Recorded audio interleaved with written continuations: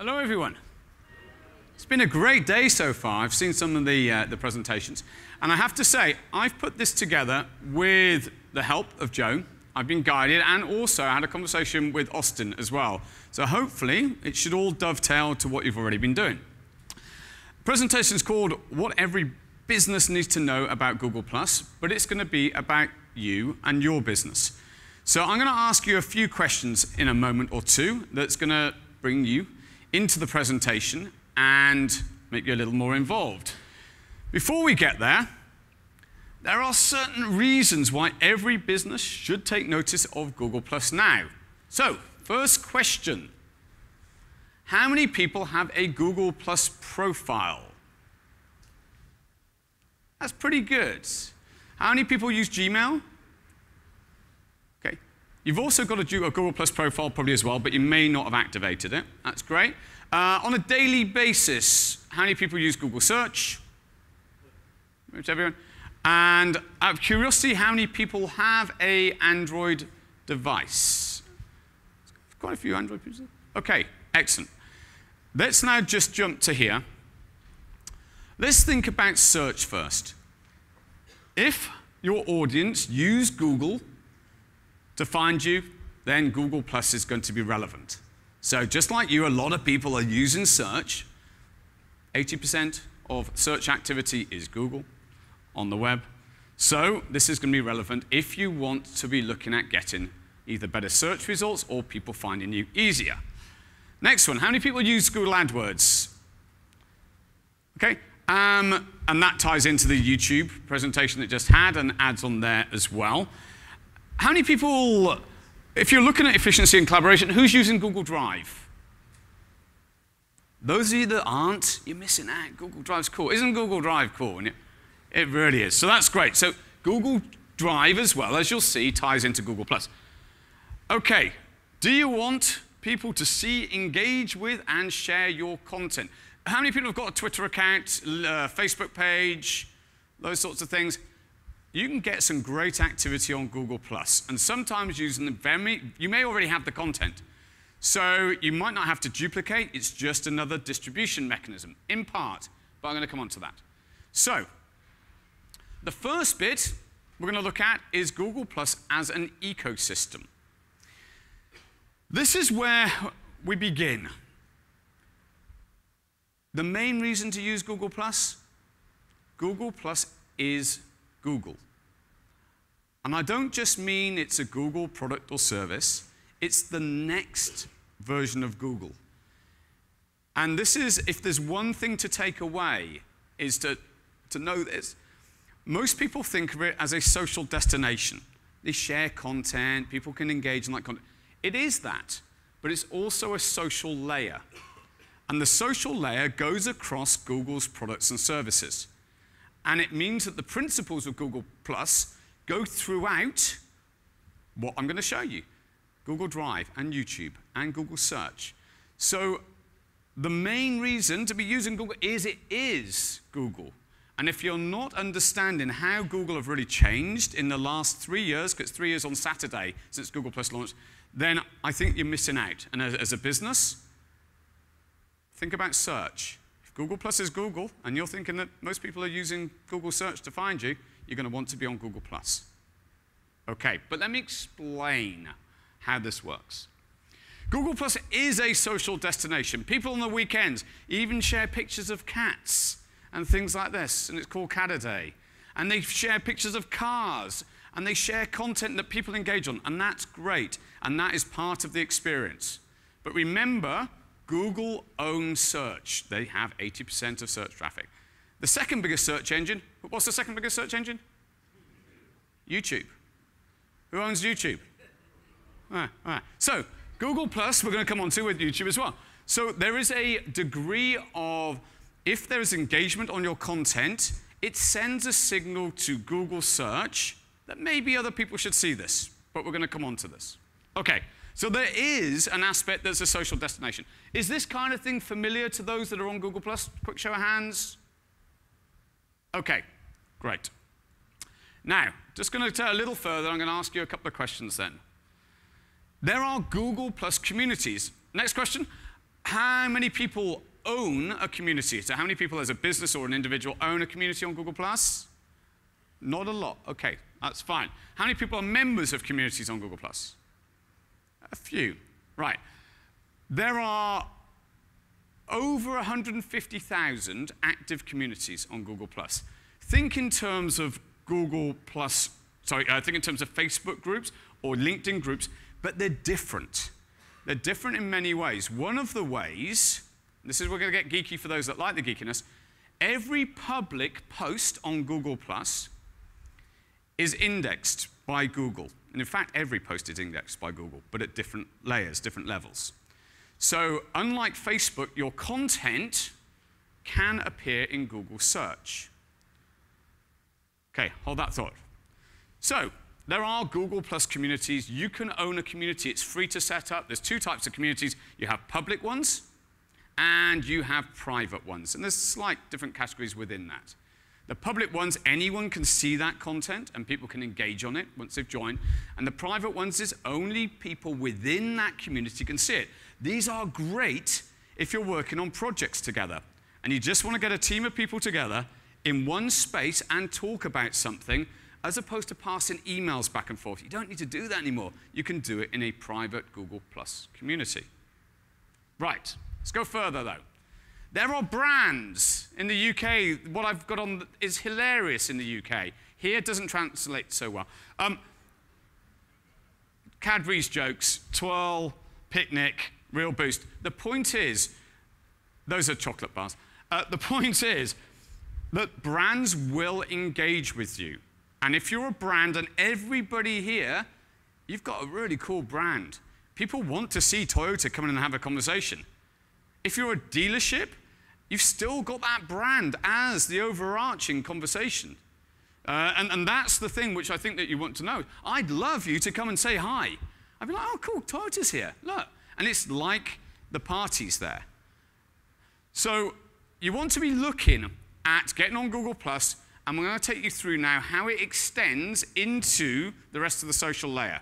But before I do, I'm going to pause and ask, you've got opportunity to say, what are the 3 things you want to get out of this from here onwards? And I can be guided by you. Who wants to go first? Hands up. I will wait. There's somebody. Yeah. Sorry? I missed the first word. Define? Client interaction. We're going to come on to that, which is perfect. I'll bring that in. I'll make sure. Thank you. Particularly around reviews and things as well. What else? Come on, 2 more.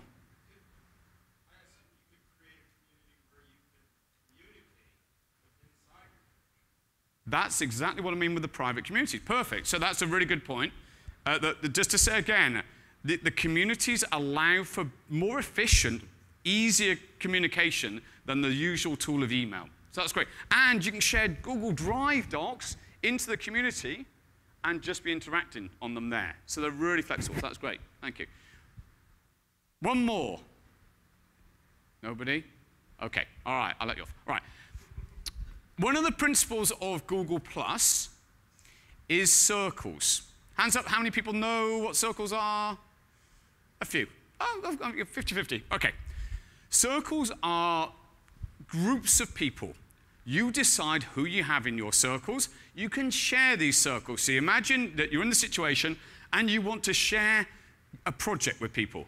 You can take a circle of people that are on a particular team and you can share a document with them, or only invite those people to a particular community. So that you may call A. And then you might decide that there's customers and you might call that B. Now, as it happens, I've differentiated here as friends and plus your business team.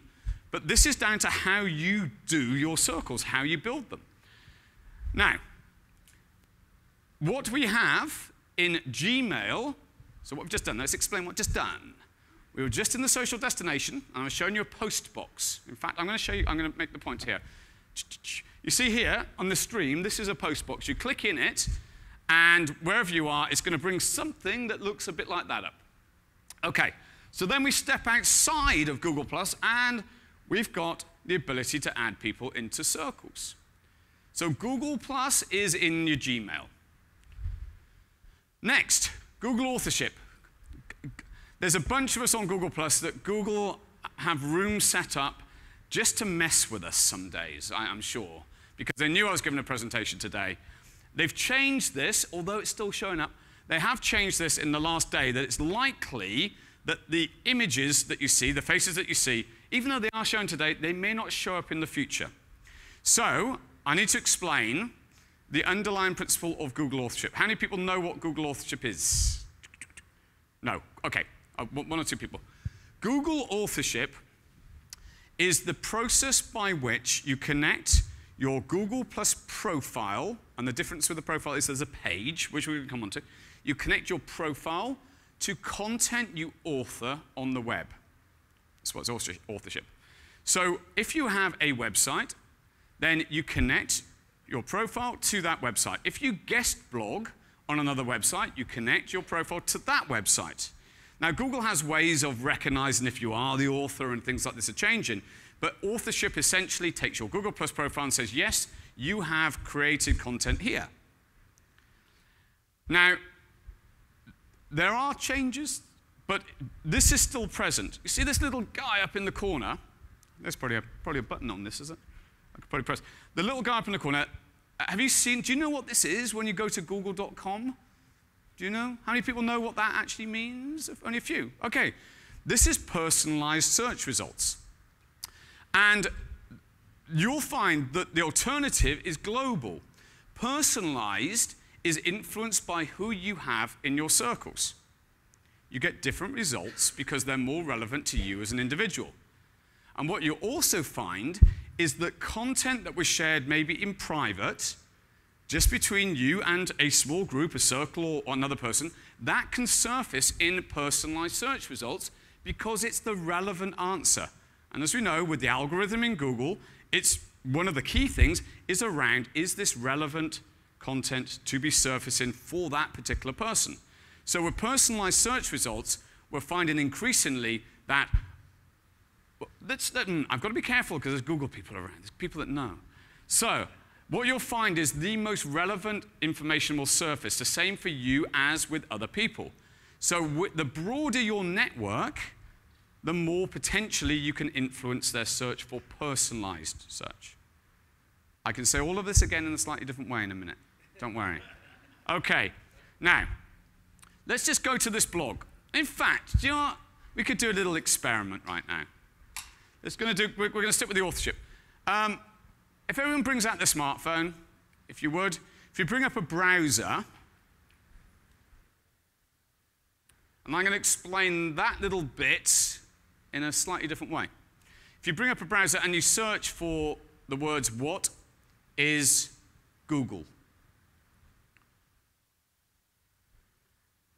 And it depends on the browser, depends on lots of different factors, but for a lot of people, once you bring it up, you'll find within the first 3 results, some people depend on the browser. I can see a few eyebrows go up.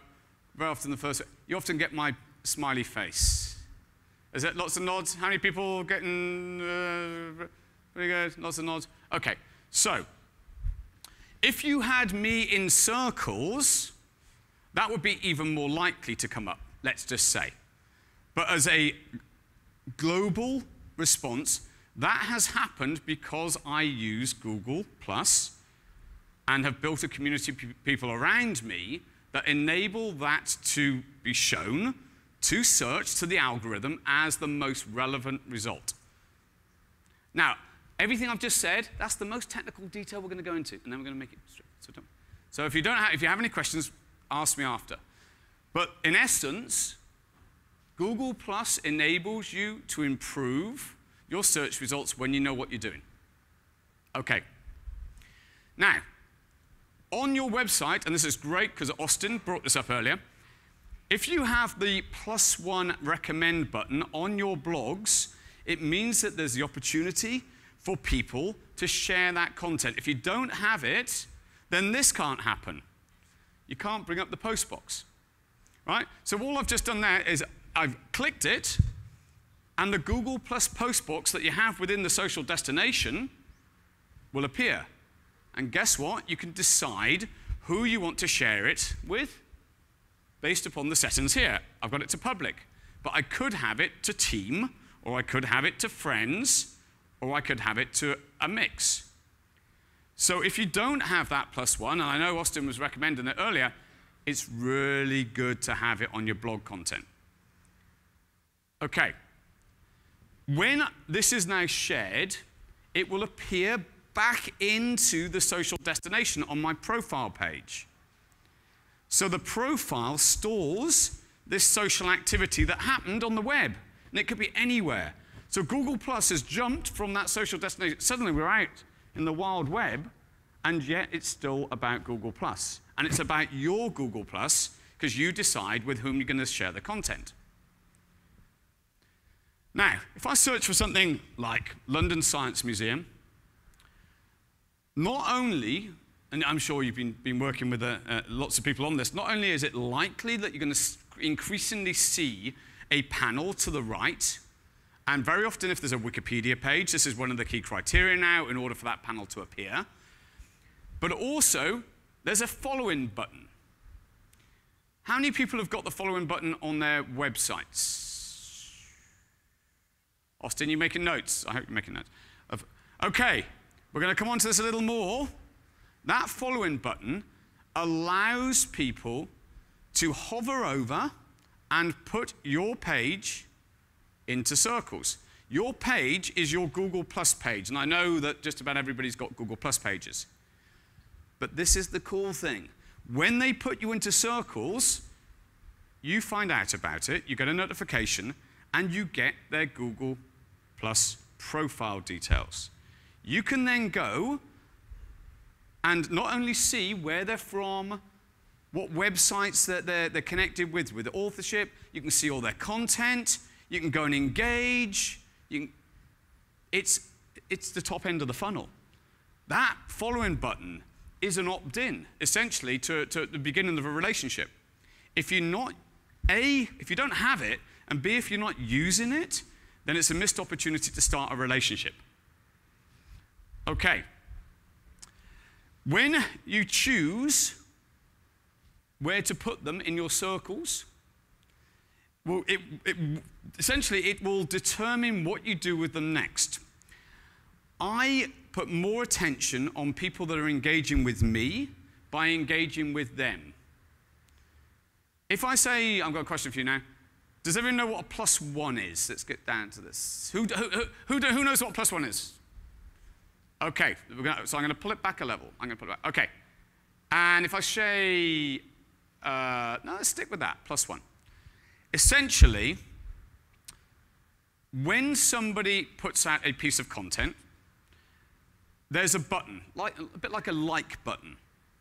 And if a person clicks that button, then you get a notification that they did. So in the same way as a follow, you have an opportunity to go and engage with them to find out what they're into, if they're in your area. When that happens, you can also add them into circles. And you can begin to do a two-way loop. If they've added you into circles, when you post content, they may well see it in their Google Plus stream, which was that social destination part we saw at the start. So let's think about this. And I'm going to keep it step by step, because I know I'm deep down the rabbit hole and I geek out on Google Plus. I get it. So this is why I'm going to have lots of time to ask questions.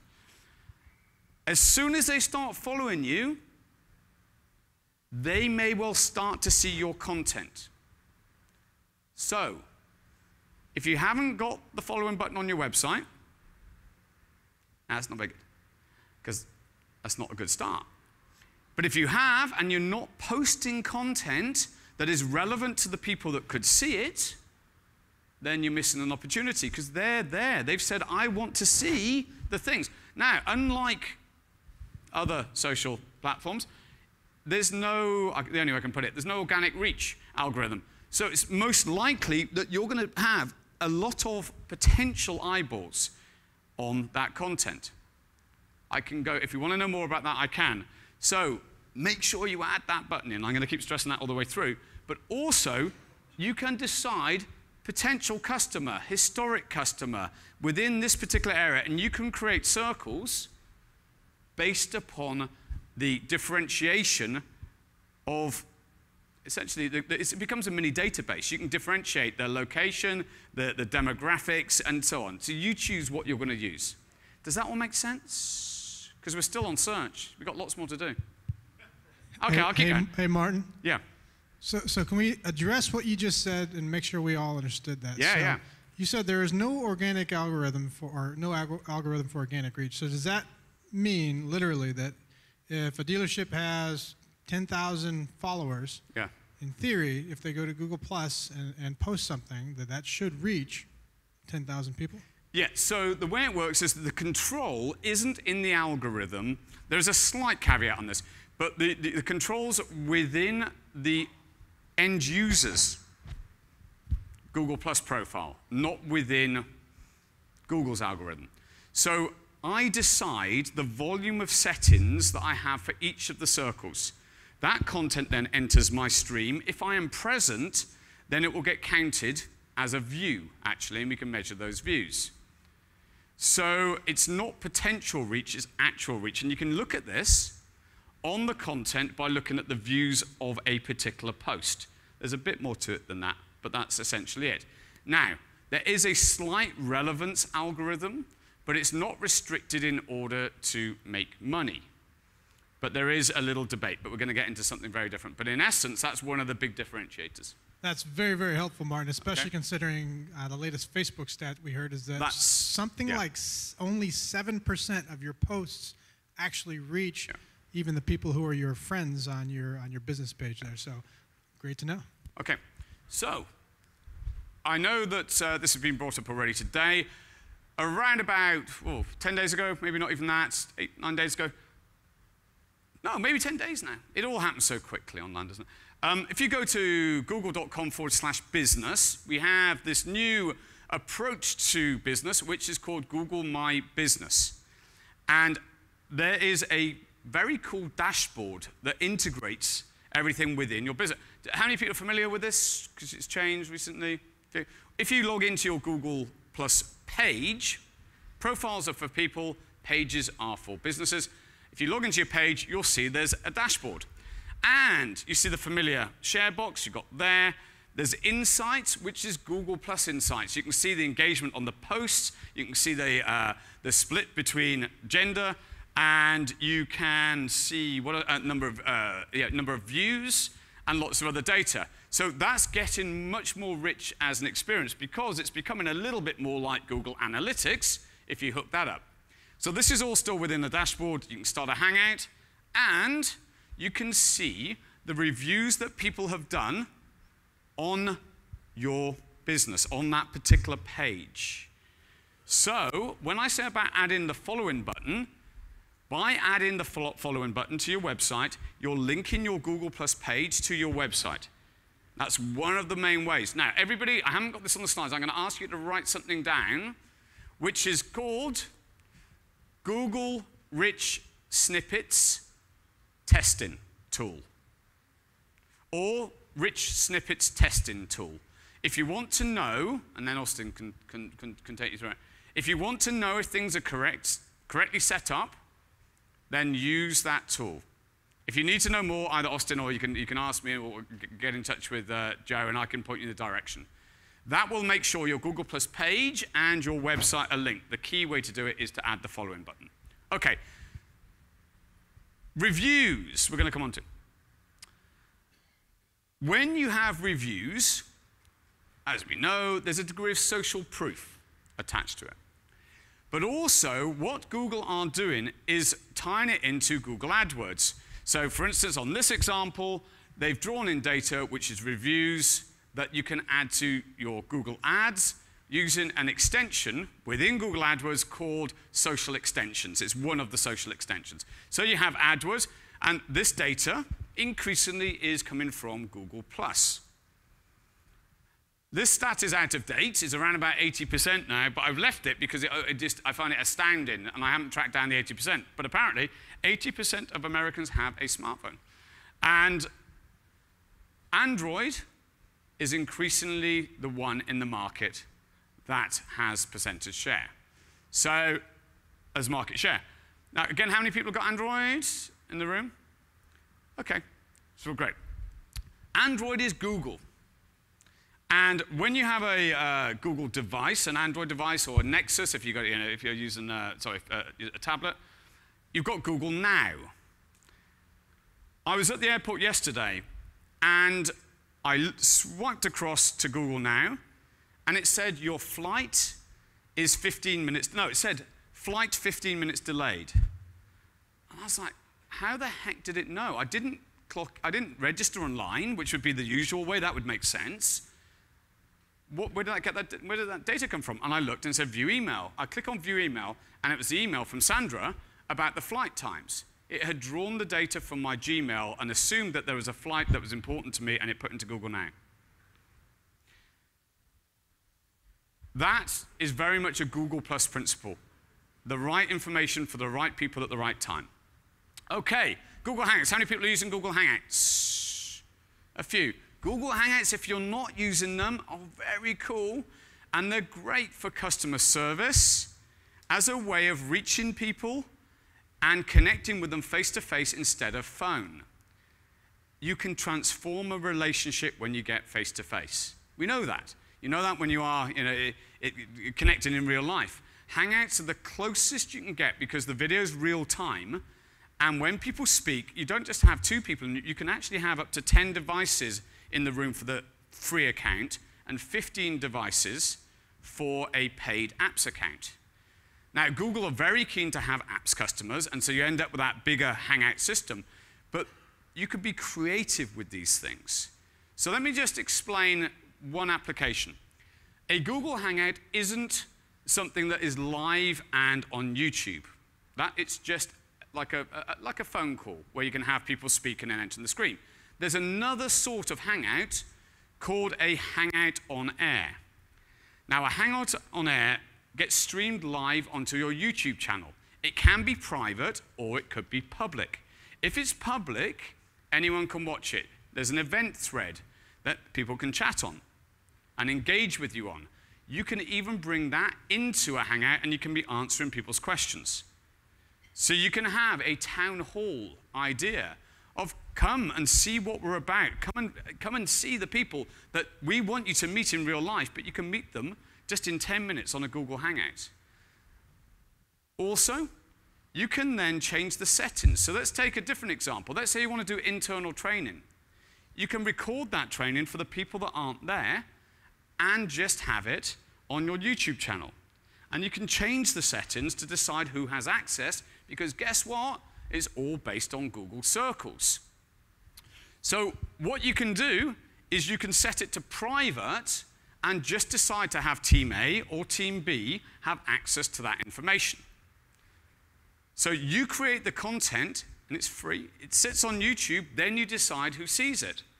If you have it unlisted, you can share the URL, and anyone can watch it. So you can send it out in a newsletter, or if it's public, you could do that as well.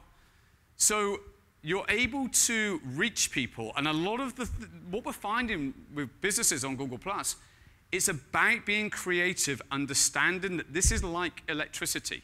That's what Google really have given us, is the ability to take what is sitting there as the tech and apply it, and just plug in whatever we want to be doing. Now, let's take a little further with Google+. Google+ goes into YouTube via the sharing, which is what we're looking at here, but also the comment system, which the two relate now. So if you click on the button on YouTube, how many people are familiar with this? A few. So if you share it directly from YouTube, you get the option of with whom you want to share it. Very similarly, if you make a comment on YouTube and you're logged into your Google Plus account, which you have to be to be on YouTube, to be commenting on YouTube, then the default is that that post also ends up on your Google Plus profile. So we're outside of the social destination, we're in YouTube, and yet that content goes into your profile. And when it goes into the profile, people can see it in the stream. They can +1. And you know then who's +1. They can also share it, and that will spread across their network. Okay, Google Drive. I mentioned Google Drive already. You can share documents very much based upon the principles of Google Plus and the circles. So you ask people to contribute based upon the ones that you want to see in that team. So think of it this way. Imagine you've got a document and you've got 5 or 6 people working on it at the same time, and you can see them real time interacting on it, as opposed to downloading, attaching it to an email, sending it to one person or to a small team, people making changes, and then sending it back, and then you finding there's contradictions and so on. This gets around all of that. It allows not only for cloud storage, but also collaboration and the communication of that based upon Google+. Next one, calendar and events. Same principle again. You can decide with whom you're going to share the calendar and the events that you set up. Google Chrome. How many people use Google Chrome? Okay, Google Chrome is Google. It's the way into the browser. So it's a way into the web, rather, via the browser. So this is a huge thing for Google. Chrome's really come a long way. You've got the other platform as well, which is Android. And the two are increasingly becoming together, or coming together. Then you've got Google Chromebook. How many people are familiar with Chromebooks? So again, same principle, is that this is a way of Google being on your desktop. Now, you log into a Chromebook, so you log into your Chrome browser on the Chromebook with your Google One account, which is your Google Plus account, in essence. So Google Plus, we've gone from the social destination, and I've just taken you on a tour of some of the Google products and services that are part of this social layer. Okay, that was the ecosystem. Because, does that help to see why Google Plus is Google? A little bit. Give me hands up if you get. It does. We're good. Everyone else, we're good. If you can ask me questions after. Great. Okay. Next, that's just the foundations. Now we're on the same page because we're going to get into brand building. I want to explain one principle. The Google Plus community will give you search results. This is something that I've discovered. That result that I showed you on the phone, my websites have around about 50,000 unique visitors a month just looking for Google Plus stuff. And it's been created from Google Plus. There's been no advertising spend. It's down to creating good content and building a community of people that are around, that love that content, engage on it, they +1, they comment, they share. That sends the signal to Google search, Google's algorithm, that that content should be seen by more people. And this is now the sort of future for a lot of people on search engine optimization. Build a community of people around you that love what you do, and they will amplify it, and it will surface in search. So, this is based on a diagram from a buddy of mine's book called Google Semantic Search. His name is David Amland, an incredible guy. And we're going to run through trust, reputation, and authority. But I want to use an example to bring it back down before applying it to yourselves. Let's say I want to get a job done, and it's a plumbing job. I don't know any plumbers. So before the web, what would I do? I'd go, Joe, do you know a plumber? You say yes. For the sake of the example, thank you. You say yes. You'd say, yes, I know one. I'm going to put, his name's Joe. Okay, we've got a plumber and he's called Joe.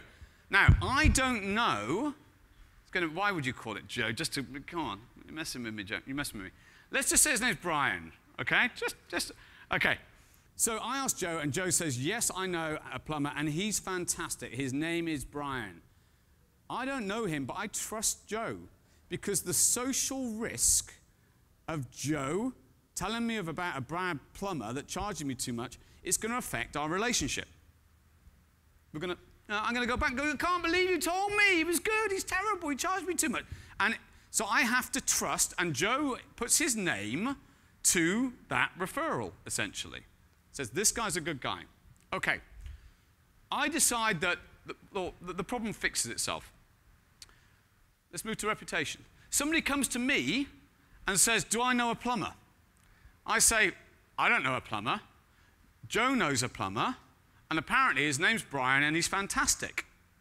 I've never met the guy. So this is where reputation forms, is I trust Joe, Joe recommends somebody, somebody comes to me, and I connect. That's how reputation forms. Now, let's say that somebody doesn't, and this is prior to the internet, somebody doesn't want to employ somebody. They want to read a book, and they want to find out who is the authority in this. What do? In the olden days, they'd go to a library or they'd go to a bookstore, they'd look on the shelves, and they'd find the person that's the authority in that subject matter. What do they do now? They Google it. So how has that happened? We had trust, we had this connection, then we had reputation, which is one step away, and it can cascade. I've heard this person's really good, but you don't know yourself. And it ends up that somebody becomes an authority. Well, what happens in search, and what happens now because of Google+, is that if this is an online exchange, and I don't say to Joe, who do you know is a good plumber? Joe posts that this person's great. I then see that post, I engage on it, I trust it, I share it with other people. Within the circles, we may then continue to keep that sharing going, and the person that's being talked about who has authorship set up, do you remember back at the start, I mentioned Google authorship, the content, the thing that they wrote on the web, like the book? That sends a signal to Google search that this content, based upon the relationships that these have, based upon the authority they have as well, which we'll come on to, that this person is the authority in the subject. And that's why you see people's names and faces that will appear, because the algorithm's saying these are the most authoritative people that you can find on these subject matters. I'm going to pause there. Does that make sense? I'm getting nods. Yes. Okay, great. Okay. So the idea is, about you, this is now how the web works. You want to build trust. You want to build, well, you want to allow other people to spread that reputation. And you will emerge, your brand, the individual's blogging as well, because it's also going to be about brands, which we're going to come on to, will emerge much more in search. Okay. This is the key principle. It's about with whom you engage and who engages with you. I've neglected you all on this side. I'm going to come over here now. When other people who are an authority on the subject say you are an authority, you become an authority too. This is now how it works. So the people you spend time with, the people who you have in your circles, they start to influence your personal algorithm, your brand's algorithm, which then sends a signal to search that your content is important based upon what these people are saying about it. If you're not on Google+, Google doesn't know that you're awesome, in a way. Okay. Everything I'm telling you is about Google+, even though I'm putting it into models. And it's changed how we have really thought about search engine optimization. And personalized results have changed it as well, because you want to build your network because you can influence people, not just be chasing that #1 result. And I know, Austin, you were talking about that earlier as well. Is people in your network can be influenced by you. You don't need 500,000 people. You want the most relevant people for you and them to be engaging on your content. Now, I'm checking the time. How are we doing? We're doing okay. On your website, you've got to have that +1 button on the blog content. When people click it, it can go into social. That's the post in the social destination. But also, that sends a signal to Google search that that should surface again, and people can visit your site. But other people may simply take the content in social and share it, and people straight from social visit your site as well. So content is so important in this whole process. People like cars. People like pictures of the cars. People like stories about cars. That's great because you've got that. But if you're not sharing, then the communities of people who are really into this stuff, they don't get the opportunity to see and engage on it. I'm going to stress it again. This particular post, the one you looked at there, at this point in time, has 7.8 thousand people click that +1 button, or click on the Google Plus page. There's a lot of people on Google Plus that want to see your content. And it's about relationships. It happens that, here's an example of one post that's been shared, and these are the ripples. How many people know what ripples are? Not enough. Right. If you go to Google Plus, you go to a corner of a post that has been shared, you go down to the bottom of that little list, it says View Ripples. You can go and see any public ripples that are available. Well, they're all available, but they're all public. You can then go and interact with these people. These are the influencers. So you've got the ability to go and find out the people who are engaging on similar type subjects, on matters. Who are the influencers for you in your area on your subject matters? When you do that, you can go and add them into circles. You can then go and engage with them. You can start a relationship. And I'm going to jump back. If they are influencers, then it's likely the algorithm's going to start to see them as an authority. You want to go and spend time with the people that are authorities because they can engage on your content and tell the algorithm that you two are an authority, which you are, but it doesn't know it yet. Okay. Does that make sense? Very much. I know there's a lot of content in this hour, isn't it? But, yeah, Joe asked me to make sure. Create a circle of people that you add into a notify circle. And you actually create a circle of people, then go to that circle. For instance, I've called it notify, and make sure that bell is on. Every time they post, you will get a notification. You can then engage straight from the notifications. You can +1, you can comment, you can share. This is punctuating your attention. These are the most important people for you to engage. When you engage, other people will turn around and go, do you know what? They're really friendly. I'm going to go and engage with them. And this is how the relationships form. It's all about relationships. Now, the other side of it, and this is for the people who are a bit more active, I tend to think in terms of campaigns. Now, this is much more advanced than most people will need at this juncture, but the ability to amplify content into search, if you really ramp up the social sharing from the right people, is enormous. This is the example. This has had over 1,200 shares. This was just one round of it. And the example there's had 433 shares. When you start to get up to that number, you can start to do interesting things in search. That's a little later for most of you. The example of that one that I showed you on the phone, or you had a look, at this time, it's had over 150,000 new visits just from that particular blog post. Okay, social SEO on steroids. I put that one in there for Adam, because I know he likes it. Okay, action steps, part 3. I'm going to pause again, because we've got time. Before we get into action steps, we got questions, because I'm sure there's questions. 1 or 2 questions before we get going. Don't be shy, folks.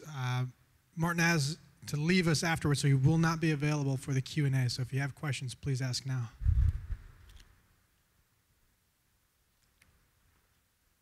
Really? That clear? Okay, I'll ask a question. Is this what you thought Google Plus was? No. Do you now see why you've got to be using Google Plus? I think we can finish there. It can't get any clearer. Yeah.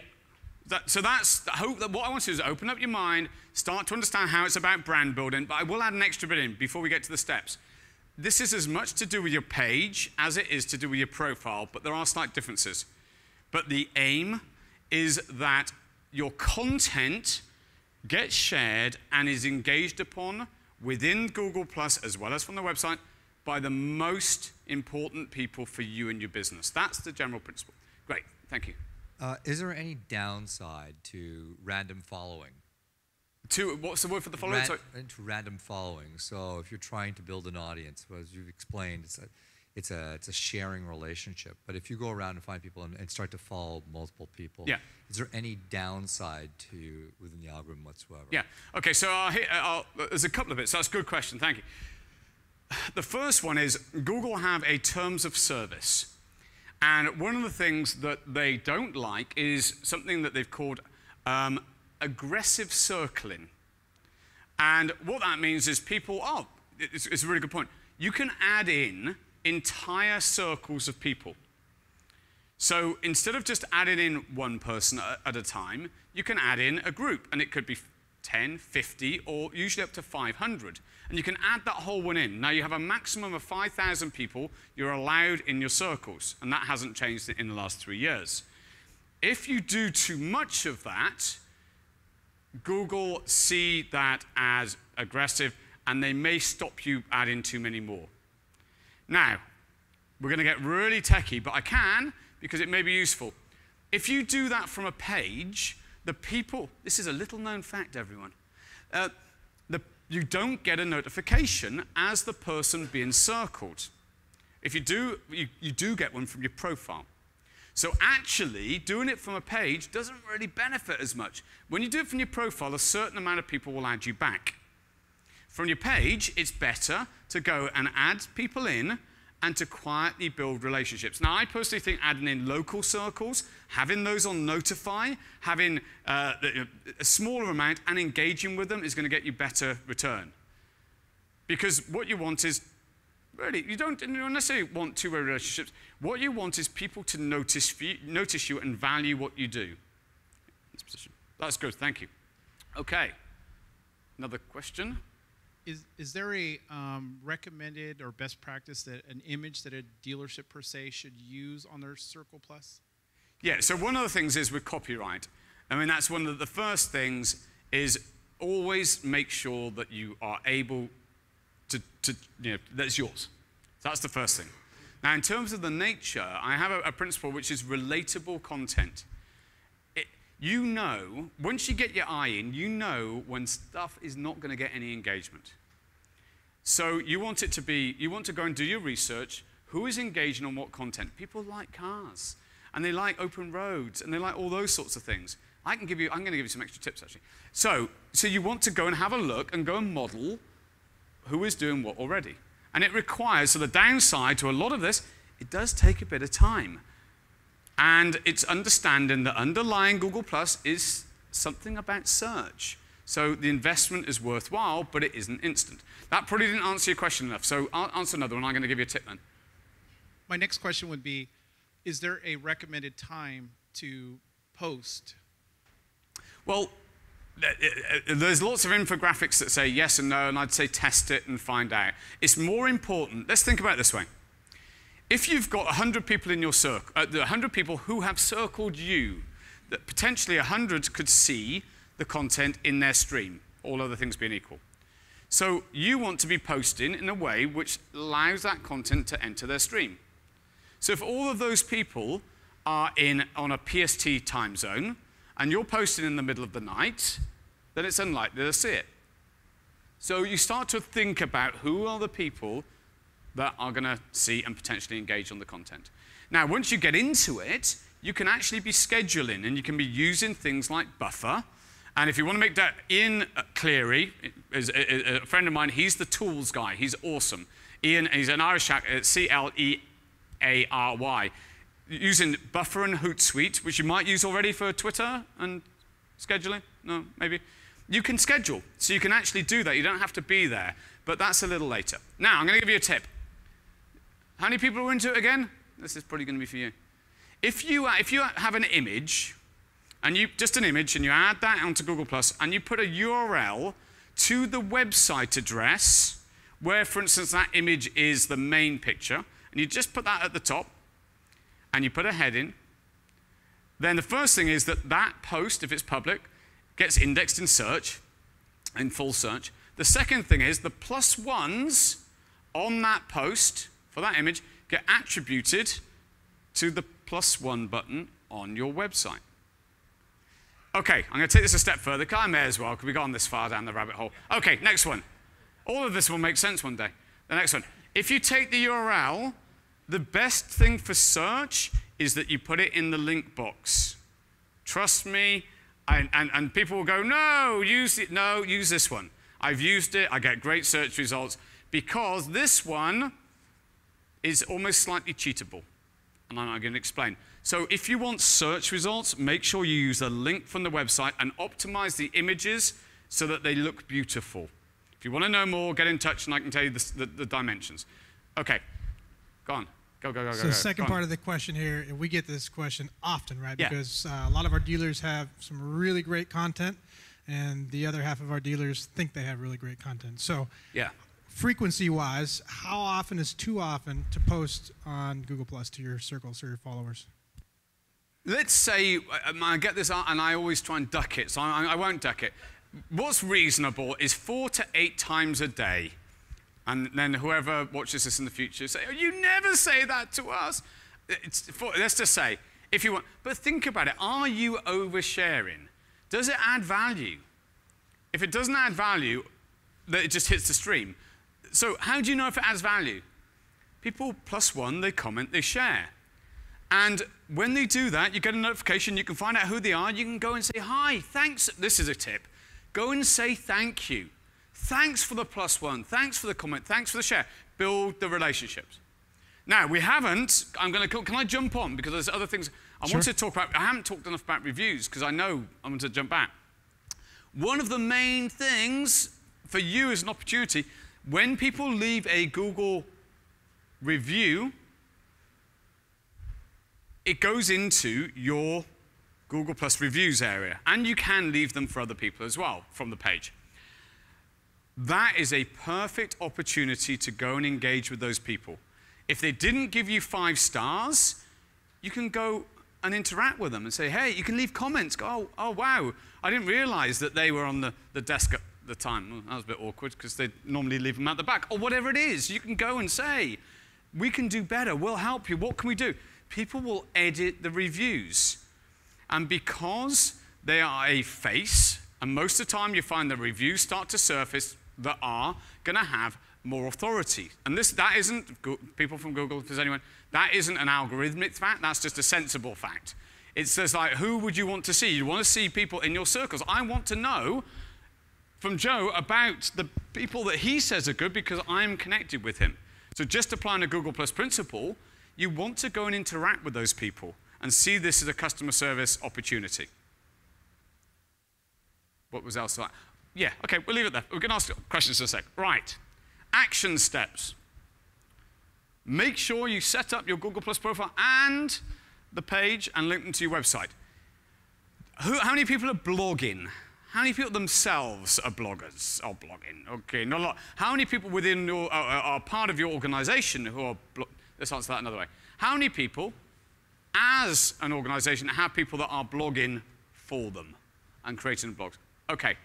Everyone else, start blogging. Think about adding a blog. Austin, is that, yeah? Maybe? Maybe? Think about content. The cool thing about blogs is you can take videos and you can embed those videos from your YouTube channel on the blog itself. And you can put the corporate ones. They don't have to be ones that you make. And you can tell the story, your perspective. So I say that again. All you need to do is go to YouTube and click share, and there's a little tab under it for any public video, unless it's been disabled, which very rarely is, and it says embed. You go and you grab that embed code and you put it in the back end of the site. You can also just take the URL and drop it in. But anyway, it's an iframe, and it will draw in the entire video. And you don't just have to have, well, you can add any in. You can tell any story you want using the YouTube videos. You can then share that back to Google+. You can also share the YouTube videos directly into Google+. That's an opportunity because you've got some really cool videos coming out with new cars. And if you're not sharing them, then it seems a shame. So, okay. Where was I going with that? Ah, profile. That's the point. You can, as an individual who's working for an organization, be sharing the content from that organization into your network. Okay, you want the page, you want it set up, you all want that link to the website. You want the follower button. I think I've said that enough times. You really want that follower button. That is an opt-in to the start of a relationship. Okay, have a blog, create unique content as well. Ties back in. I've covered so many of this. This is good. We're on track. Make sure you have the +1 button on your posts. Good. Set up your YouTube channel. Okay, oh, this is always fun. How many people know if they've linked their Google Plus page and their YouTube channel, it's all stacked up? Okay, that's something I know. I chatted with Austin about. It needs a little untangling, but there's a big advantage, and in particular with Hangouts on Air, if you want to go down that route, it's great for internal training, you want to make sure your YouTube channel and your Google Plus are connected. And I'll tell you what I'll do. I'll give some information to Joe that will help if you haven't got that together yet. That works. This is almost wheels on the car stuff. Okay.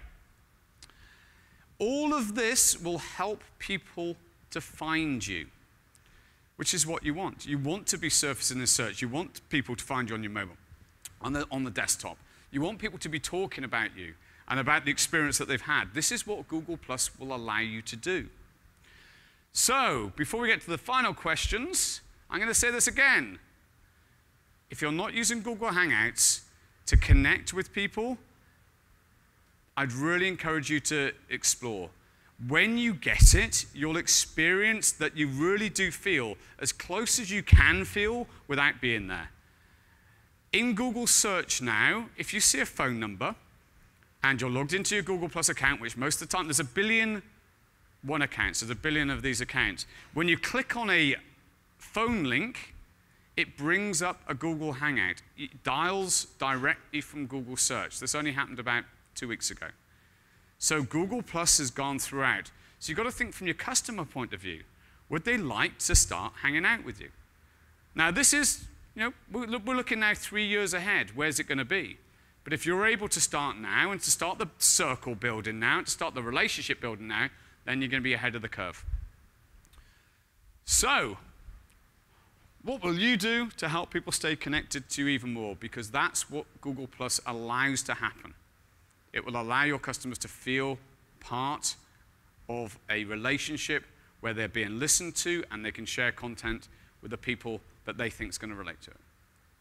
So, we've got time for questions. We've got 10 minutes for questions, if you want. More questions? Yes. Quick question. So, yeah. Regarding content, many of our stores are on Facebook and Instagram and a bunch of other social media outlets. Would you say that content strategy would be similar on G Plus as it would across the other social media channels? Yeah, I think that's a great question. So what I've seen go wrong is when people take content and cut and paste it from, for instance, Facebook. And they say, hey, we've got a great content, we've got a great contest on Facebook, go and check it out, and then post that to Google+. People on Google+ don't want that. It's like you've gone into a different restaurant. What you want to do is start looking around at who's at the tables, what's being served, and serve in a way which is appropriate. And if it's an Italian restaurant, then that's how you start to flavor your content. So the way to do that is to say, hey, it's great that we're on Google+ now, check out this link, and you just direct them to the website. It's got nothing to do with the other social channels. But you can take exactly the same content if it's on the site. So here's a principle. Website, distribution platforms, Twitter, Facebook, Pinterest, LinkedIn, Google+, website.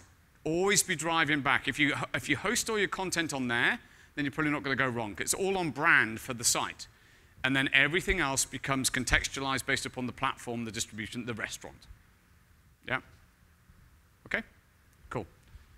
Yeah. Should you encourage your employees or your salespeople or your service advisors to have Google Plus profiles and somehow link them to the website too? If they're blogging, then setting up Google authorship. Can you repeat the question, Martin, sure. please? So would I recommend that people who are working for, who are working for an organization to have a Google Plus profile? Is that reasonable? Close enough. And be blogging and so on. It depends on their role, because one of the risks is that they're saying things which are just irrelevant. Now, let's just talk about profile, but page. What you really want to be thinking about is the page to be the main distribution mechanism, because you can have 50 managers on a page. On a profile, an individual is a profile, you can only have one person log in from that. So the page is really where I would encourage you to be thinking about content being distributed. Now, the content, however, could be authored by somebody who has a Google Plus profile. So if they are an author, if they are a content creator, then yes, you want them to have a profile, but they own, essentially their name is attached, even if it's not owned legally, their name is attached to that content on the web.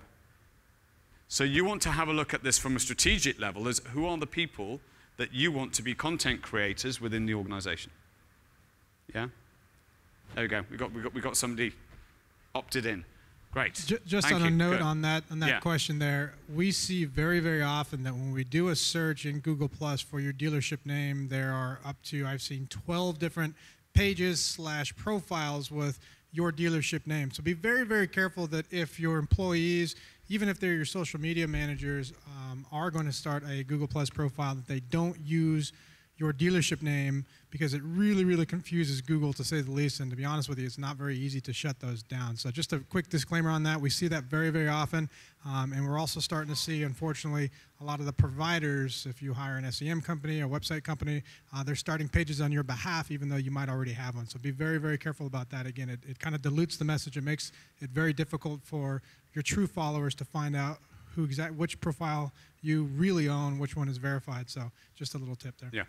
Well, you mentioned about verified. One last thing.